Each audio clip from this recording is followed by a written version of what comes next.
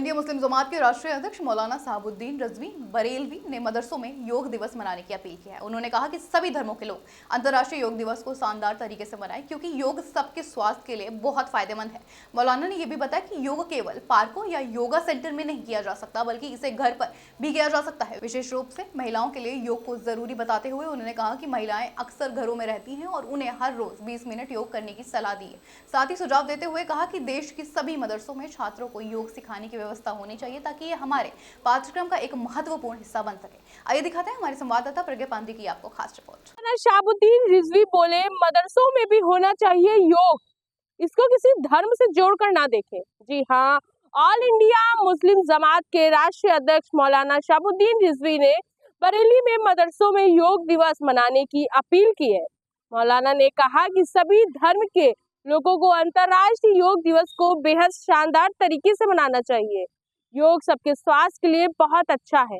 योग के लिए जरूरी नहीं है कि आप पार्कों में जाएं या किसी योगा सेंटर में जाके योग करें, बल्कि आप अपने घरों में भी हर रोज सुबह उठकर योग कर सकते हैं।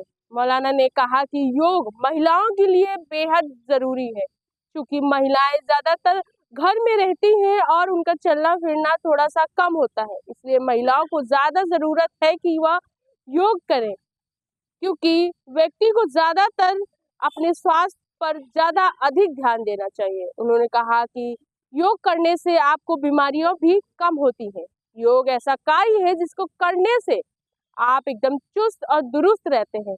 इसलिए महिलाओं को सबसे ज्यादा योग करना चाहिए और एक गुजारिश है कि सभी लोग 20 मिनट तक योग रोज करें।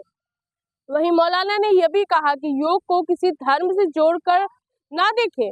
उन्होंने धर्म से और योग का कोई तालमेल नहीं बताया। उन्होंने कहा है कि योग एक ऐसा शब्द है जो संस्कृत से आया है, जिसको उर्दू में वर्जिश कहते हैं और इंग्लिश में एक्सरसाइज कहते हैं। कुछ ना समझ लोग योग को सनातन धर्म से जोड़कर देखते हैं, गलत तरीके से पेश करते हैं और अपनी अपनी भूमिका बनाते हैं, जबकि हकीकत यह है कि योग सूफी संतों से निकल कर आया है। योग एक ऐसा कार्य है जिससे आप रोजाना चुस्त और दुरुस्त रहते हैं। योग किसी धर्म का हिस्सा नहीं है। उन्होंने कहा कि योग भारतीय संस्कृति का हिस्सा है, जो सदियों पहले सूफी संत अपने अनुयायियों के दल और दिमाग में बैठा चुके थे। उनका कहना था कि योग न सनातन धर्म का हिस्सा है और न इस्लाम धर्म का हिस्सा है। जो लोग योग को धर्म से जोड़कर देखते हैं वो बिल्कुल नासमझ है।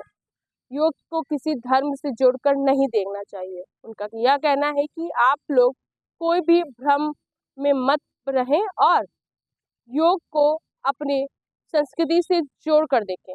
मौलाना ने यह भी कहा कि देश में सभी मदरसों में रोजाना छात्र व छात्राओं के लिए योग करना अनिवार्य होना चाहिए। पहले योग करने की ट्रेनिंग दी जाए, सिखाया जाए और फिर उन्हें रोज सुबह योग करने के लिए प्रोत्साहित करना जाए।